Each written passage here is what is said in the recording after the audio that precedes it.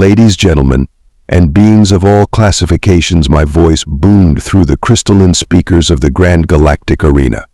Welcome to the 743rd Annual Intergalactic Combat Championship. I adjusted my third eye enhancement to better survey the crowd of 50 million spectators. The energy was electric, tentacles waving, light patterns flashing, and atmospheric processors working overtime to handle the collective excitement of dozens of species. I'm your host, Blazark the Magnificent, bringing you another spectacular year of combat excellence. I paused for the customary applause. The sound waves nearly overwhelmed our dampeners. And what a year it promises to be. The holoprojectors activated, displaying the tournament bracket in shimmering gold against the dark matter ceiling. Names from across the galaxy scrolled past, champions from the Andromeda Alliance, warriors from the Crab Nebula Collective, and even a few surprise entries from the Outer Rim territories. But then, there it was. The name that had caused such controversy in the selection committee. The one that had nearly started a diplomatic incident. A competitor from that backwater planet Earth. And yes, my distinguished guests, I said, letting a note of amusement color my voice, we do have another human contestant this year. The expected wave of laughter rippled through the arena. I couldn't blame them. Earth's previous attempts had been entertaining, to say the least. There was the boxer who lasted all of 12 seconds against a Regellian powerlifter. The wrestler who tried to perform what they called a suplex on a gelatinous being from Betelgeuse that had been particularly messy. And who could forget last year's MMA fighter who had to be teleported out after attempting to tap out against a telepathic octopoid? Now, I chided the audience, while secretly enjoying their reaction.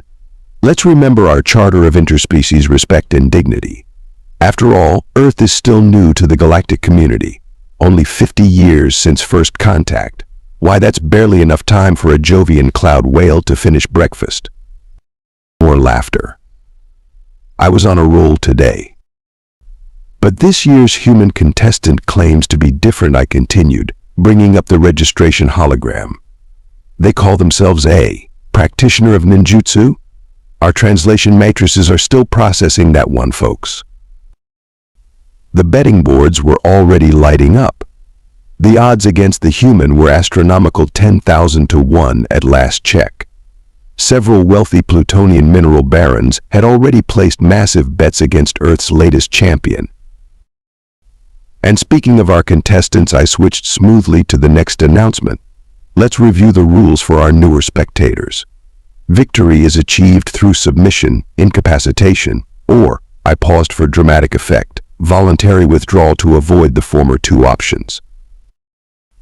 The crowd murmured appreciatively. They all knew the unspoken rule: nobody had ever won through voluntary withdrawal. In the arena, it was fight or fall. Our medical facilities are staffed by the finest regeneration specialists in 12 galaxies, I assured everyone, as legally required. And our ethics board has approved all registered combat techniques, including but not limited to quantum manipulation, gravitational distortion, psychic warfare, and yes, even that quaint Earth practice of punching. More chuckles. Really, these humans made my job too easy sometimes.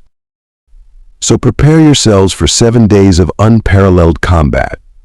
Place your bets wisely, keep your protective shields activated, and remember, the Grand Galactic Arena takes no responsibility for any temporal paradoxes that may occur during matches.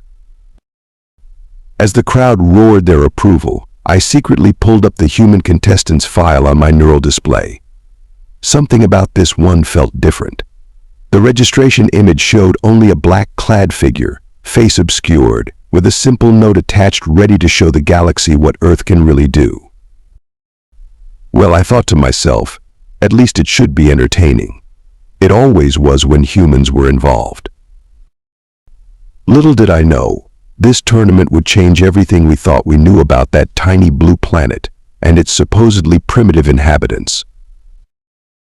The first sign that something was different came during the opening ceremony. While other contestants made grand entrances, the Centaurian champion riding in on a wave of pure energy, the Neptunian warrior materializing in a shower of frozen time crystals, the human simply walked in. And now I announced, trying to inject some excitement into what looked like another disappointment, representing Earth, please welcome Akane Blackwood. No flashy effects. No dramatic music. Just a figure in black, moving with such fluid grace that several of our gravity sensors malfunctioned trying to track the movement patterns. Well, I said into the confused silence, it seems our human contestant believes in the subtle approach, though perhaps they could not afford the standard entrance package. The audience laughed, but I noticed several of the more experienced warriors watching with unusual intensity. There was something about the way Blackwood moved. A ninja scoffed. Cranax the Destroyer, 8-time champion from the Orion cluster. We are supposed to fear a human who plays dress up. Where are your laser cannons, your quantum disruptors? Traditional methods have their place, Blackwood replied, voice calm and clear.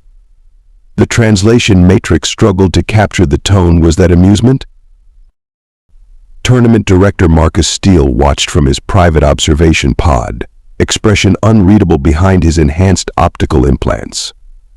Strange, I thought, how a human had risen to such a prestigious position in just a few decades.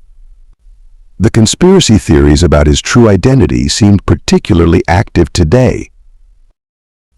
The betting odds have just been updated, I announced, drawing attention back to the proceedings. Our human contestant is now at 15,000 to 1. Any takers? I'll take that bet. Steele's voice cut through the arena. Put me down for 1,000,000 credits on the human. The crowd buzzed with excitement. Had the tournament director lost his mind? Or did he know something we didn't? Bold move from our esteemed director, I said, recovering quickly. Though perhaps Earth loyalty overcomes good business sense. Steele didn't respond, but I saw him tap something into his neural interface. Moments later, my private channel lit up with a message. Watch carefully. Blazark. History is about to be made. The other contestants were less impressed.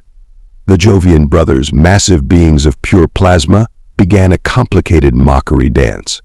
The Martian cyber warrior ran probability simulations showing Blackwood's defeat in 10,000 different scenarios. Even the usually stoic Plutonian meditation master cracked what passed for a smile on its quantum probability face. Only Blackwood seemed unchanged, going through what appeared to be a series of flowing movements in one corner of the arena. Several spectators complained their recording devices mysteriously failed whenever they tried to capture the practice session. The preliminary matches begin in 1 hour, I announced, trying to move things along. Contestants, please report to your designated preparation chambers. And remember, quantum entanglement with alternate timeline versions of yourself is strictly prohibited this year. As the warriors dispersed, I noticed something odd. The arena's sophisticated threat assessment systems, capable of tracking everything from dark matter manipulation to temporal distortion, showed absolutely nothing unusual about our human contestant. Nothing at all. In fact, according to our most advanced sensors, Blackwood barely seemed to register as present. That should have been my second warning. I caught a glimpse of Steele making his way to a secure communication chamber, his usually perfect composure showing cracks of what might have been excitement. The last time I'd seen that expression was moments before he had revolutionized the entire tournament structure with his multidimensional battle royale concept. Blazark, my assistant's worried voice came through my private channel. The quantum odds calculators are malfunctioning. They keep showing undefined variables when processing the human's potential outcomes. Probably just another equipment failure, I replied confidently. You know how Earth's primitive technology tends to confuse our systems. Remember the smartphone incident. But as I watched Blackwood continue those mesmerizing movements, I couldn't shake the feeling that we were all missing something obvious. something that might just rewrite the rules of what we thought possible in the Grand Galactic Arena. Ladies, gentlemen, and quantum superpositions, my voice carried through the arena once more. Our first match features Earth's Akane Blackwood against the undefeated champion of the Proxima System, the magnificent Nova Burn.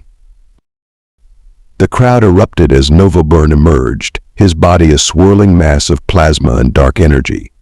The temperature in the arena rose several degrees despite our best containment fields. Nova Burn has never lost a first-round match, I reminded everyone, enjoying the spectacle. In fact, no opponent has lasted more than 30 seconds against his patented Nova Strike technique. The betting odds shifted again. Now 20,000 to 1 against Blackwood. Only Steele's original bet remained unchanged. Begin. The signal rang out across dimensional space. Nova Burn wasted no time, his form expanding into a miniature sun. I will show you true power, little human. Witness my weight. Where did you go? The audience gasped. Blackwood had vanished. No teleportation signature. No quantum displacement. Just gone. Most irregular, I commented, checking my sensors. It seems our human contestant has... Oh! Blackwood appeared behind Nova Burn, moving with impossible speed. Before anyone could process what happened, the ninja's hand struck several points on Nova Burn's plasma form. Ridiculous, Nova Burn laughed. Physical attacks cannot harm my quantum plasma matrix. Why can't I move my left side? The laughter in the arena died. Nova Burn's legendary plasma form was solidifying, growing dull and heavy. Blackwood continued striking, each movement precise and deliberate. Impossible, someone in the crowd shouted. They're using primitive nerve strikes on a plasma being. Not nerve strikes, Steele's voice cut through the chaos. Quantum pressure points. The ancient arts adapted to modern combat. Nova Burn tried to activate his Nova Strike, but his energy wouldn't respond. Blackwood moved like shadow and smoke, each strike turning more of the plasma champion solid until... Thud. Nova Burn hit the arena floor, fully solidified, unable to move. Silence. Complete and utter silence. I checked my readings again. I don't believe it. Victory to Earth's champion, Akane Blackwood. In 28 seconds. The crowd exploded. Not in cheers or boos, but in confused shouting and demands for explanations. The quantum betting computers crashed, unable to process the impossible odds. An impressive technique, Blackwood said quietly, bowing to the fallen champion. But plasma beings have quantum pressure points, just like all matter. It's simply a matter of understanding where to strike. I noticed several other contestants frantically updating their combat strategies. The Jovian brothers had stopped their mockery dance. The Martian cyber warrior was attempting to analyze what just happened, its processors smoking from the effort. Well, I tried to maintain my composure. It seems Earth's ancient arts have some bite after all. Though surely this was merely a fortunate matchup. The next round will. The next round, Steele interrupted, will be even more interesting. He was smiling now, really smiling. Show them, Blackwood. Show them what humanity has been hiding all these years. Blackwood simply nodded and began another set of those flowing movements. This time, I noticed something new. The arena's background radiation levels were fluctuating in perfect sync with each motion. Update the odds, I announced, my professionalism winning over my shock. Earth's champion now stands at 1,000 to 1. The bookmakers were in chaos. No one had ever seen odds shift so dramatically after a single match. But as I watched Blackwood help the still stunned Nova Burn to his feet, explaining in quiet tones how to reverse the solidification, I realized we weren't just watching a tournament anymore. We were watching history being rewritten, one impossible victory at a time. The next few days were unlike anything in my centuries of announcing. The archives would struggle to capture the sheer improbability of what we witnessed. Round 2 brings us Earth's surprising champion against the Jovian Thunder Twins, I announced, trying to maintain my usual flair. Beings of pure electrical energy, undefeated in doubles combat. The twins struck first, merging into a storm of lightning that filled the arena.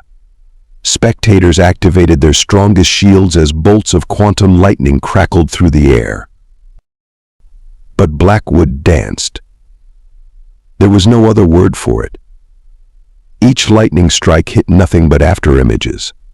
The ninja moved through the storm like water through air, hands weaving patterns that seemed to redirect the very energy itself. Unprecedented, I shouted as both twins crashed to the ground, their energy somehow knotted into complex patterns. Victory to Earth in 3 minutes, 14 seconds. The betting odds dropped to 100 to 1. Next came the Martian cyber warrior, Nexus Prime, with its predictive combat algorithms and quantum processing power. The fight lasted exactly 6 minutes. Another stunning display I narrated as Nexus Prime systems rebooted. It appears Blackwood somehow created a quantum feedback loop in the targeting systems using nothing but synchronized breathing patterns. The odds fell to 50 to 1. The Plutonian meditation master lasted longer, almost 15 minutes of pure psychic combat. Audiences watched in awe as Blackwood matched the aliens' mental attacks with what they called focused spirit energy. Could someone explain to me, I asked during the post-match analysis, how a species without natural psychic abilities just won a mental battle against a being of pure thought? The odds dropped to 10 to 1. Between matches, media coverage reached fever pitch. Galactic news networks ran endless speculation about Earth's secret combat arts. Conspiracy theories flourished. Had humans been hiding their true capabilities since first contact? Was this why they had seemed so unconcerned about their technological gap? The human shows no signs of augmentation, complained one analyst on Galaxy Sports Network. No quantum enhancements, no neural upgrades, not even basic genetic modifications.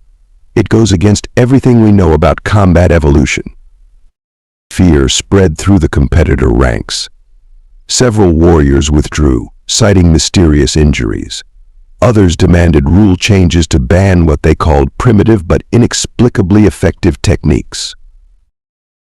The qualifying matches continued. Blackwood faced a time-bending warrior from the Crab Nebula, neutralizing their temporal attacks with something called Zen state of no mind. A swarm intelligence from Betelgeuse fell to precisely timed strikes that somehow disrupted their collective consciousness. Ladies, gentlemen, and quantum intelligences, I announced before the quarterfinals, we are witnessing what many are calling the greatest upset run in tournament history. The odds on Earth's champion have now reached, can this be right, even money. Through it all, Blackwood remained unchanged. Each victory was followed by the same respectful bow, the same quiet offers to explain the techniques used. Several defeated opponents were seen training with the human between matches, attempting to understand this strange blend of ancient wisdom and quantum combat. Tournament director Steele watched it all with that same knowing smile. His prediction of history in the making seemed less like madness and more like prophecy with each passing match.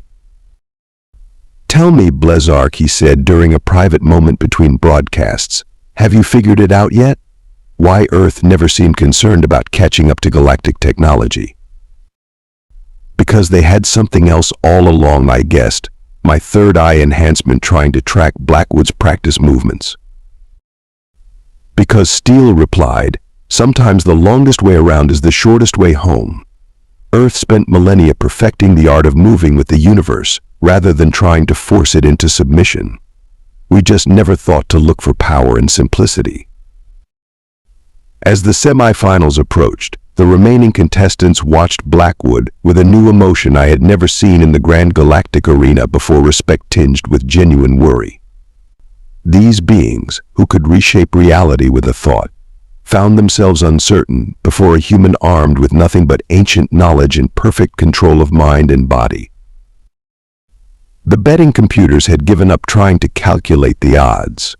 The quantum probability matrices showed all possible outcomes simultaneously. The only certainty was uncertainty itself. Tomorrow, I announced to close the day's events. We begin the semi-final matches. Will Earth's impossible run continue?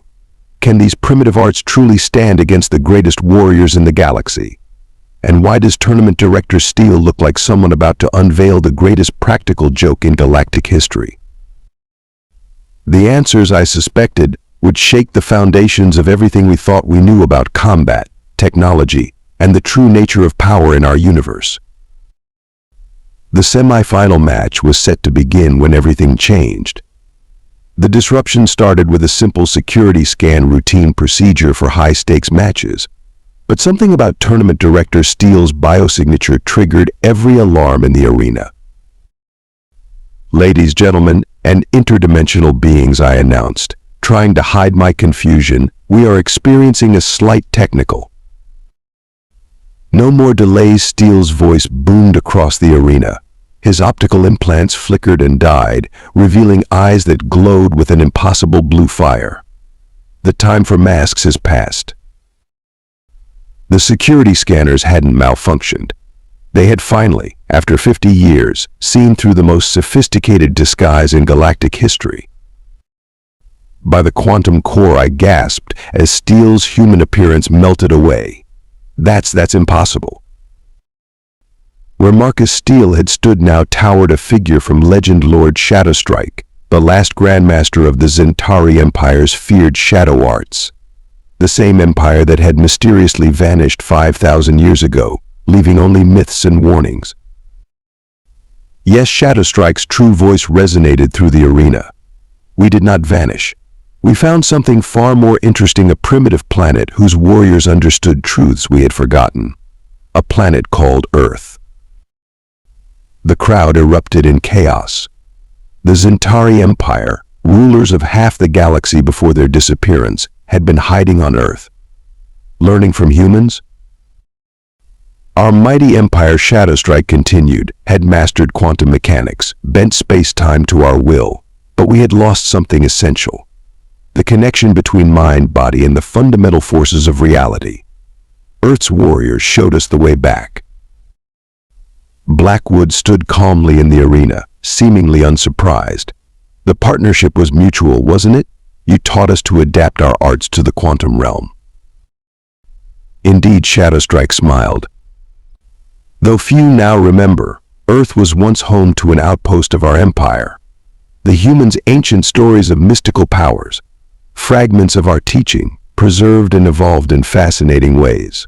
We returned 50 years ago not to conquer, but to learn and restore balance. My mind raced through historical records.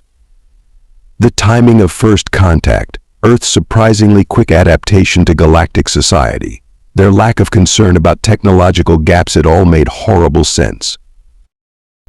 The tournament, I realized, this whole spectacle. A demonstration, Shadowstrike nodded. The galaxy has grown stagnant, relying too heavily on technology alone. The Zentari learned this lesson painfully, but Earth kept the old ways alive, blending them with new understanding. Now, at last, it's time for the galaxy to remember what we forgot. The remaining contestants murmured among themselves. Many were already attempting to mimic Blackwood's movements, seeing them in a new light. The semi-final match, Shadowstrike announced, will proceed as planned. But know that you watch not just a contest, but a resurrection of lost arts that once bound our galaxy together. I looked at my display screens, trying to make sense of the political chaos erupting across every channel. The return of the Zentari Empire would reshape alliances, challenge assumptions, and... Wait, I turned back to Shadowstrike. If you're here, and Blackwood knows these arts, then that means... Earth was never just a primitive planet playing catch-up, Blackwood replied with a slight smile. We were the guardians of knowledge your galaxy had forgotten. And now we're ready to share it again. The betting odds displays exploded in a shower of sparks. The quantum probability computers finally gave up trying to calculate the implications of this revelation. Well, I said, falling back on professional habit, this certainly puts a new spin on our tournament coverage. The semi-final match will begin in 5 minutes. And may I say, in all my centuries of announcing, this is definitely a first. As the arena prepared for the next match, I couldn't help but notice how the other contestants now watched Blackwood not with fear or dismissal, but with dawning recognition. They were seeing, perhaps for the first time, a glimpse of what the galaxy had been before technology had made us forget the simpler, deeper truths of combat. The championship match arrived with unprecedented fanfare. Every viewing screen in the galaxy was tuned in to witness Earth's champion face the defending tournament winner, Supreme Commander Galaxius. The moment has arrived, I announced, my voice carrying across dimensions. In one corner, our mysterious human champion, now revealed as part of a greater legacy. In the other, the being who has dominated this tournament for the past century. Galaxius entered the arena in typical fashion, his nano-swarm body swirling with every color in the spectrum. A being of pure technological perfection, he had never been defeated. Your primitive arts are impressive. Earth warrior Galaxius's million voices spoke as one. But I have evolved beyond the need for such things. I am the pinnacle of technological achievement. Blackwood said nothing, moving into a ready stance that somehow made the arena's quantum fields ripple. Begin. The battle that followed defied description. Galaxius unleashed his full arsenal nano-swarm attacks, quantum disruption fields, temporal displacement strikes. His body split into 1,000 forms, each attacking from a different dimensional angle. But Blackwood moved like water through rocks, finding spaces that shouldn't exist. Each motion flowed into the next, turning Galaxius's own power against him. The ancient arts met quantum computing in a dance of impossible beauty. Remarkable, I shouted as Blackwood redirected a nano-swarm attack back through a temporal loop. Ladies and gentlemen, we are witnessing a fusion of styles never before seen. The battle reached its peak when Galaxius deployed his ultimate technique, the Omega configuration. His entire form collapsed into a quantum singularity, threatening to consume the arena itself. You cannot counter raw power, the commander's voice boomed from within the singularity. Blackwood's response was unexpected. I don't need to counter it. Supreme Commander, would you like to learn something new? The singularity paused. Your technology seeks to control the universe, Blackwood continued, hands moving in ancient patterns. Our arts teach us to move with it. Perhaps we could do both. What happened next changed galactic combat forever. Blackwood began performing a kata that somehow resonated with Galaxius's quantum matrix. The nano-swarms responded, following the movements like students learning a new form. Impossible, Galaxius exclaimed. But his voice held wonder, not anger. The singularity transformed, becoming a swirling dance of energy and motion. Technology and tradition, power and precision, united in perfect harmony. Victory! I paused, checking my sensors. Victory to both competitors, by mutual evolution. The crowd's confusion turned to awe as they watched Galaxius and Blackwood move in sync, their combined power creating patterns of indescribable beauty across the quantum field.